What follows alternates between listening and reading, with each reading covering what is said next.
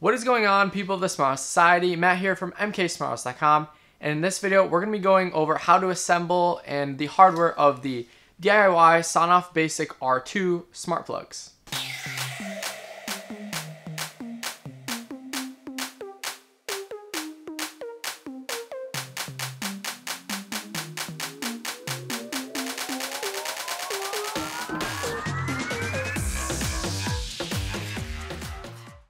The Sonoff Basic Smart Plug is a cheap DIY smart home device that I show you how to make, which means there are 4 videos: demo, hardware, software, and deploy. This is the second video, the hardware video, where I show you all the parts needed to make this device, as well as how to assemble or put it together. But basically, if you didn't know, the Sonoff Basic Smart Plug is a DIY solution to turn on any device on and off. But what's good about this one is it's waterproof, so you can use it outdoors. It works with Home Assistant, OpenHAB, Google Home, Amazon Echo, and Siri. For more info and to see it in action, check out the demo video, which is in the top right of your screen. The brains of this device is a Sonoff Basic R2, which is one of these guys over here. And the Sonoff Basic R2 is a very popular device in the smart home community. Another popular company in the DIY smart home community and the electronics community in general is PCBWay. For those of you not in the loop of the electronics community, PCBWay is a company that makes high quality PCBs, PCB prototyping, PCB assembly, and SMD stencil. Their website is easy to use, fast turnaround times, and fast shipping. I personally use them for all of my projects, and I recommend that you do too. December is right around the corner, and from December 12th to December 25th, PCBWay will be having a spin wheel where you get coupons. But if you don't want to wait till then, they still have great prices. You can get 10 PCBs for $5. And if you use the cash code on the screen now, you can get $5 off your order, which makes your first order free. So check out PCBWay.com on the screen now or in the description, and I thank PCBWay for sponsoring this video. So what parts does this Sonoff Basic Smart Plug use? Well, let's go over that right now. Alright, so first up is the Sonoff Basic R2.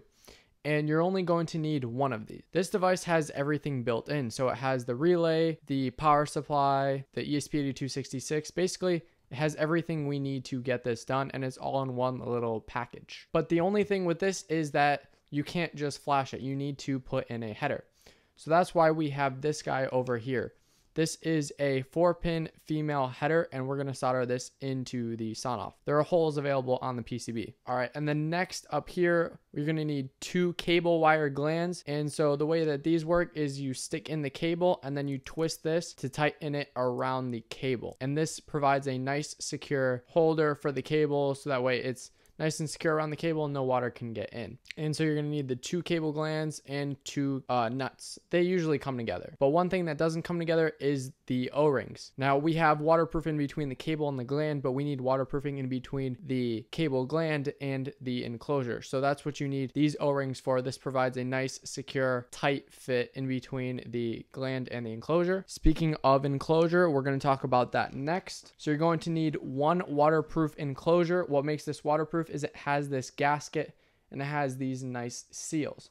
I'll talk more about the gasket when we assemble it. Basically, this is just a small waterproof enclosure. It has the gasket, it has the 4 screws, it has the top and the bottom. And so with this enclosure, we'll be able to use this whole entire device outside and it'll be weather resistant. All right, but since the Sonoff is going to be inside the enclosure, we're going to need a way to turn on the relay manually, just in case we don't have our phone, but we want to turn it on. That's where this button comes into play. So this is a small button with a blue LED ring. So there's a blue LED ring right here, and it is a button, which is why it has 4 connections. 2 of them are for the LED, and then 2 of them are for the button part. So you're going to need the button, you're going to need the nut, and the O-ring. These usually come together.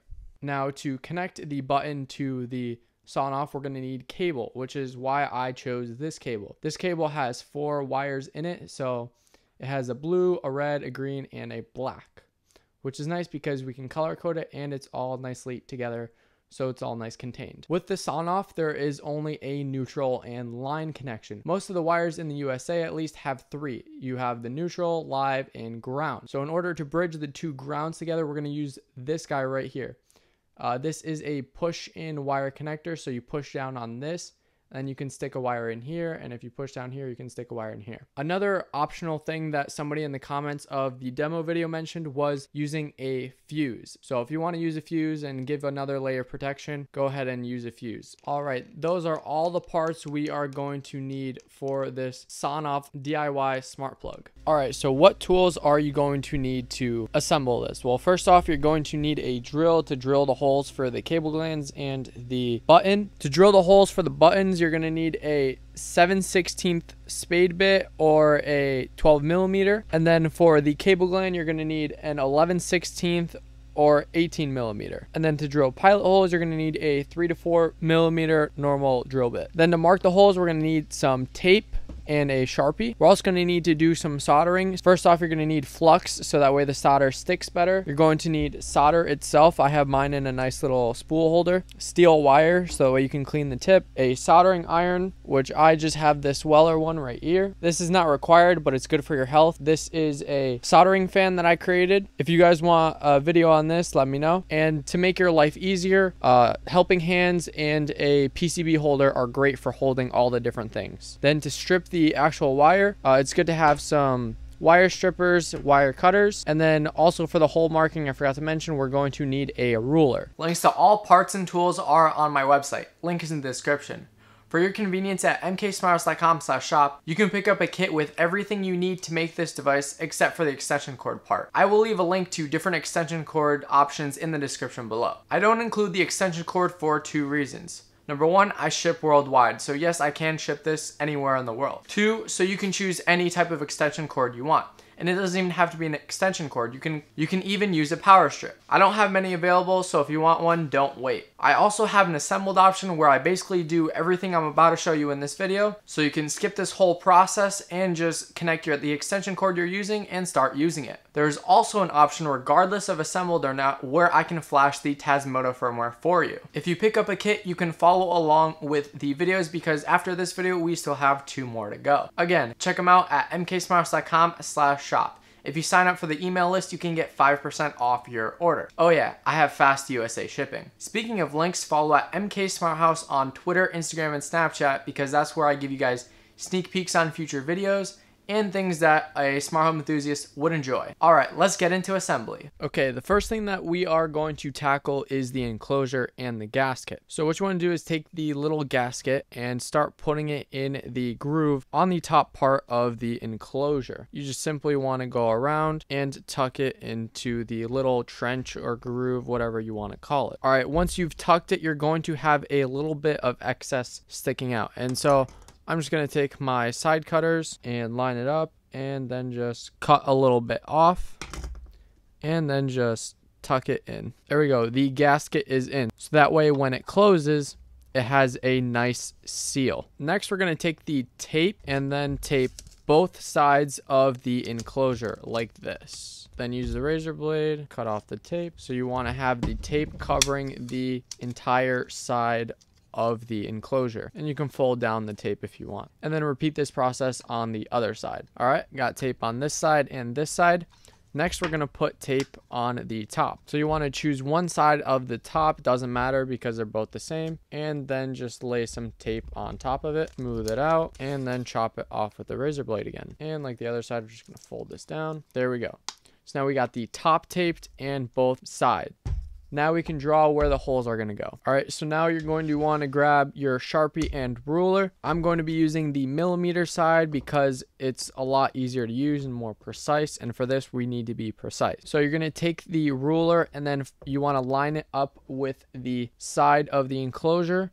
Take your Sharpie and you want to first mark a dot at 26 millimeters. Then you want to go a little bit further, mark another dot at 26 millimeters. Then you're going to take your ruler and draw a line from the dot. Close enough. So now I got a straight line. Next, we're going to line it up with the line and go up 17 millimeters. And once you find 17 millimeters, you just want to draw a line.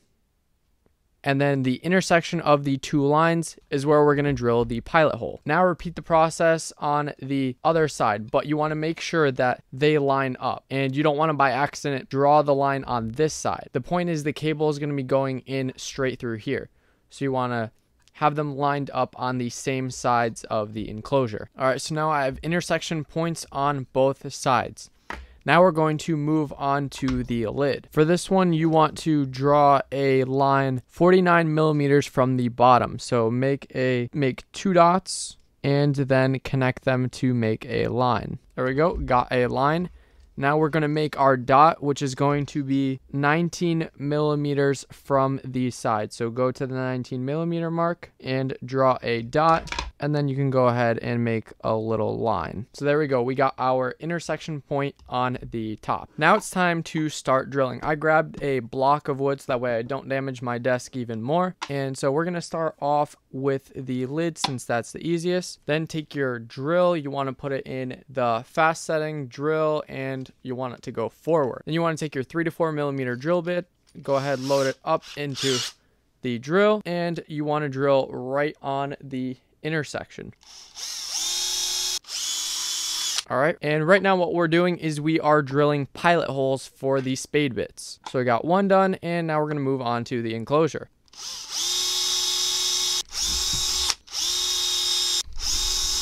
All the pilot holes are drilled. We're going to go ahead and start with the 11/16 spade bit. For this one, we're going to go into speed 1, and we're going to pop it into reverse so that way it drills a nice and slow, even hole. Then you just take your spade bit, stick it into the pilot hole, and slowly start drilling. You want to make sure that the spade bit is nice and straight, or else you'll drill a crooked hole.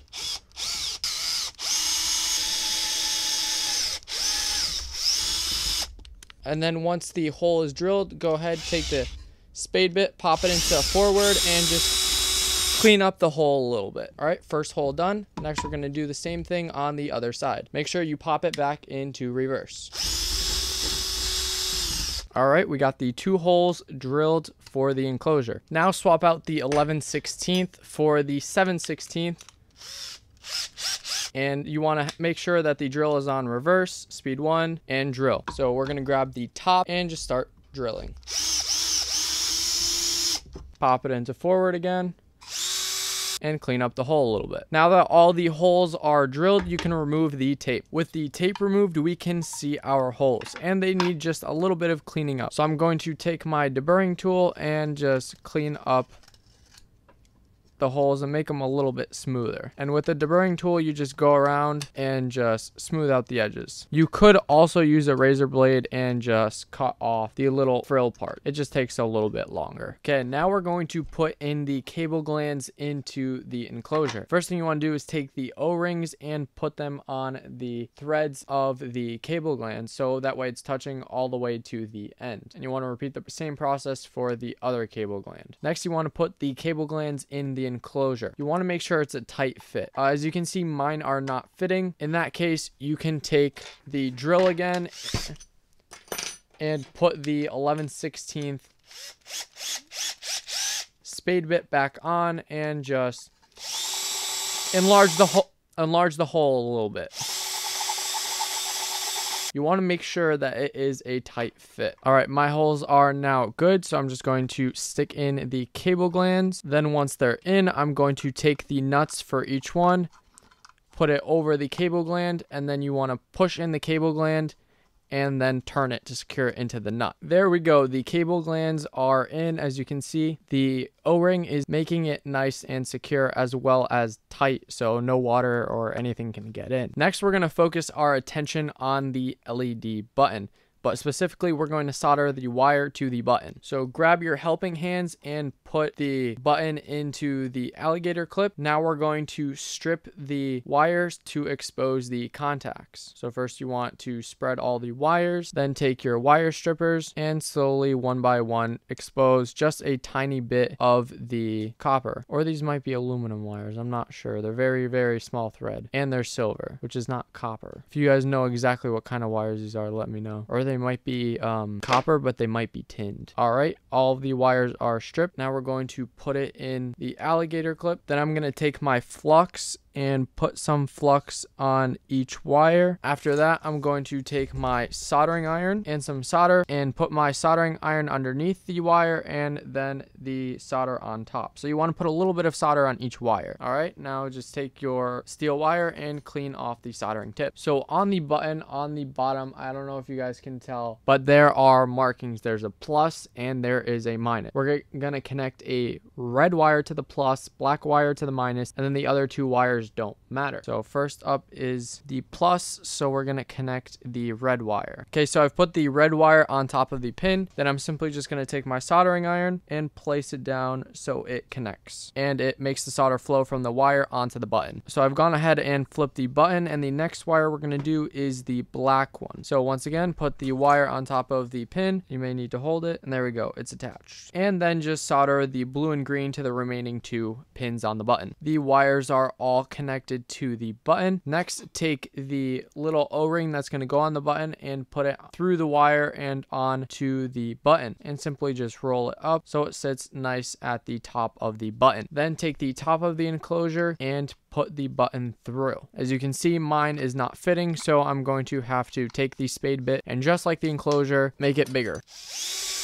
All right, I have enlarged the hole a little bit. Just going to thread the wire through with the button, and the button sits perfectly nice and tight. Just going to turn the button a little bit like that. Then you want to take the nut for the button, put it over the wire, and then tighten it so the button is tight to the enclosure. Go ahead, use some pliers or even a wrench and just tighten it down a little bit, because if it's tight, then no water will get in. Bam, there we go, nice and tight. As you can see, there's no gap at the top of the button. That's because of the O-ring. Presses nice. Cool. Let's move on. All right, next we're going to work on the SawnOff. So just take everything off of the SawnOff. Take a flat screwdriver and simply pry at the bottom to separate the bottom part of the case to the top part. Set the bottom off to the side, set the actual SawnOff off to the side, and we're going to work on the top part of the case. Now grab your drill, remove the spade bit, grab a 4mm drill bit, put it in the drill. We're going to set the speed to 2. Drill setting. Where's my block of wood? Going to take my block of wood again, set it on top. So what we're going to do now is drill 2 holes in the top, but the 2 holes are going to be connected together to make one big hole. And the reason we're drilling this hole is so that way we can feed the wire in from the button. So we're going to drill 1 hole right here, then we're going to drill a second hole overlapping the first hole. If you don't understand, watch and I'll show you. There we go. We got 1 hole done. Then we're going to drill the second one overlapping a little bit of the first one. All right, there you go. As you can see, I made 2 holes that made 1 big one. I'm going to take my deburring tool again and just clean up the sides. There we go. So now we got a hole in the top of the SawnOff enclosure. Now we're going to work on the SawnOff. So take your PCB holder and put the SawnOff in it. Then take the 4-pin female header and put it into the SawnOff using the 4 holes next to the button. So you want to put it in these 4 holes so that way there's 1 hole remaining right here at the bottom. So closest holes to the button. Then what I like to do to keep the header in while I'm soldering, I like to use this stuff called wall tack. It's meant for sticking stuff on walls, but I like to use it for keeping components on PCBs while I solder. So there we go, nice and secure. Gonna flip it over, gonna take my flux and put some flux on each of the pins coming in from the header. Now take your soldering iron and solder. On one side of the pin, put the solder, and then on the other, put the soldering iron.